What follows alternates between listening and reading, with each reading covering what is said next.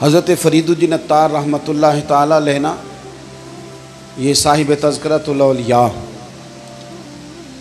اتنے اللہ تبارک و تعالیٰ کے قریبی لوگوں میں سے ہوئے ہیں کہ پھر انہوں نے نا مقربین کی لسٹ بنائی، یعنی تذکرۃ الاولیاء لکھی، اللہ کے بندوں کے حالات انہوں نے جمع کیے۔ یہ عطار تھے، عطر بیچتے تھے۔ عطر کا کاروبار ایک مہنگا کاروبار ہے۔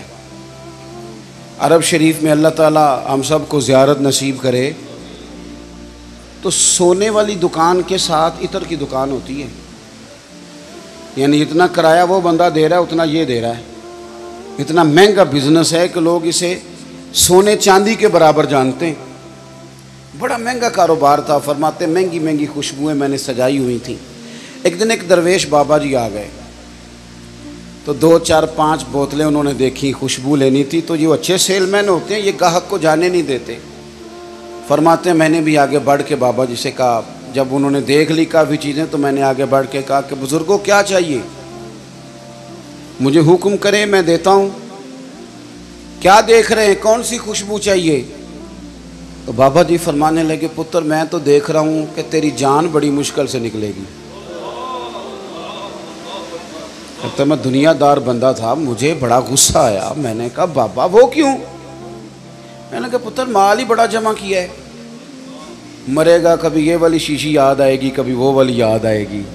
نہیں سمجھ آئی آپ کو بات؟ یعنی کبھی مسلم کمرشل بینک والا اکاؤنٹ یاد آئے گا، کبھی ابھی بینک والا یاد آئے گا، کبھی وہ جو فیصل آباد میں پلاٹ لیا وہ پریشان کرے گا، کبھی لاہور والی سوسائٹی کی فائل ڈسٹرب کرے گی کہ اتنا کچھ چھوڑ کے مر جاؤں، اتنی محنت سے اکٹھا کیا تھا، کبھی وہ پجارو کبھی یہ پجارو۔ اتنا مشکل تو ہم بناتے ہیں دنیا داری۔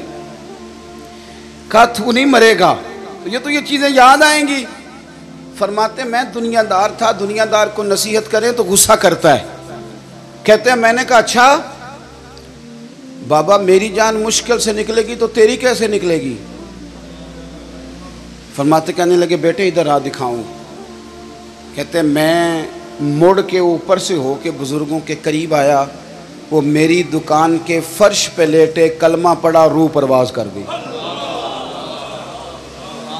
عرش فرشتے بانگا ملیاں، مکے پہ گیا شور، بلے شاہ آسان نہیں ہوں مرنا، یہ تے مر گیا ہی کوئی ہور، تے نالے وارث شاہ وہ کدوں مر دے جنہ کیتیاں نیک کمائیاں نے۔ اور اقبال کہنے لگے موت کو سمجھے ہیں غافل اختتام زندگی، یہ ہے شام زندگی، پھر صبح دوام زندگی، اس کے بعد تو صبح ہے زندگی کی، یہ تو ایک شام ہوئی ہے بس، اٹھیں گے تو سویرا ہوگا۔ تو کہتے ہیں بابا جی کی روح پرواز کر گئی۔ کہنے لگے پتر میں تو اس طرح جاؤں گا۔ فرماتے ہیں میں نے کفن دفن کیا، میں نے جنازہ پڑھا، میں نے دفن کیا، کوئی وارث نہیں ملا، اسی کسے دے کچھ نہیں جے لگ دے، نہ کوئی ساڈا دردی۔ کہتے ہیں میں نے دفن کیا۔ پھر اس کے بعد مجھے مسئلے کی سمجھ آ گئی، پھر بعد میں سمجھ آ گئی مال وارثوں کا ہے، آج بھی وارثوں کا ہے، کل بھی، یہ پکی بات۔ اور وارث اپنی اپنی طبیعت کے ہیں، اپنے اپنے مزاج کے ہیں۔ ہو سکتا ہے آپ کا محنت کا مال وہ ہفتوں میں ضائع کر دیں، اپنی اپنی طبیعت کے ہیں نا وارثین۔ ہو سکتا ہے آپ کی بڑی بنائی ہوئی چیزیں وہ چند منٹ لگائیں، گیا سارا کچھ۔ تو بہت سارے معاملات میں اگر ہماری توجہ ہو کہ ہم نے جانا ہے اور ڈائریکشن ٹھیک ہو تو پھر موت کا کوئی خوف، پھر تو تیاری ہے۔ حدیث بخاری دیکھیے گا، حضرت ابو ہریرہ رضی اللہ تعالیٰ عنہ بھی حدیث کے راوی ہیں، اور ایک مقام پہ اسی حدیث کو حضرت انس بن مالک رضی اللہ تعالیٰ عنہ نے بھی روایت کیا ہے۔ ایک خاتون حضور کی بارگاہ میں آئیں اور عرض کی یا رسول اللہ صلی اللہ علیہ وسلم مجھے مرگی کا مرض ہے، یہ بڑا اعصابی مرض ہوتا ہے، جسمانی امراض بھی بڑے مشکل ہوتے ہیں، مرض تو اللہ معاف کرے کوئی بھی ٹھیک نہیں، لیکن یہ جو اعصابی مرض ہے نا، یہ ایک بہت بڑا مشکل مرحلہ ہے کہ آپ کا دماغ کنٹرول میں آ جائے۔ تو مرگی کا مرض بندے کو بے ہوش کر دیتا ہے، اعصاب کنٹرول کر لیتا ہے، جسم بھی قبضے میں آ جاتا ہے، اور پھر خاتون ہو تو ویسے ہی حوصلہ کم ہوتا ہے۔ عرض کرتی ہے حضور مجھے مرگی ہے، میں بڑی تکلیف میں ہوں، میرے لیے دعا کر دیں۔ تو تو حبیب پاک صلی اللہ علیہ وسلم سب کے لیے دعائیں فرماتے تھے، پر آج حضور نے ایک انوکھی بات ارشاد فرمائی۔ حضور فرمانے لگے اگر تو کہے تو دعا کر دیتا ہوں، اللہ شفا دے گا، اور اگر تو کرے صبر، اس کا معنی کیا ہے کہ مرگی کے ساتھ ہی گزارا کرے۔ نہیں سمجھ آ رہی بات کی؟ مرگی کے ہم مانتے نہیں، ویسے مرض جو آتا ہے نا وہ جاتا کم ہی ہے، گزارا اس کے ساتھ ہی کرنا پڑتا ہے۔ ہم پتہ کیا کرتے رہتے ہیں، ہم پریشان ہو جاتے ہیں، ٹینشن لے لیتے ہیں، لیکن اس کے ساتھ جینا نہیں سیکھتے۔ اپنی بیماریوں، آزمائشوں، پریشانیوں کے ساتھ جینا سیکھے۔ جن کو ان کے ساتھ جینا آ جاتا ہے نا، وہ زندگی کا سارا سکون حاصل کر لیتا ہے، وہ ساری آسانیاں پا جاتا ہے، جسے اپنی مشکلات کے بیچ جینا آ گیا۔ اور جو بیچارہ دل چھوڑ کے بیٹھ گیا، اوہو بس یہ آخری ٹینشن ہے، اس کے بعد مر جانا ہے، وہ گیا کام سے۔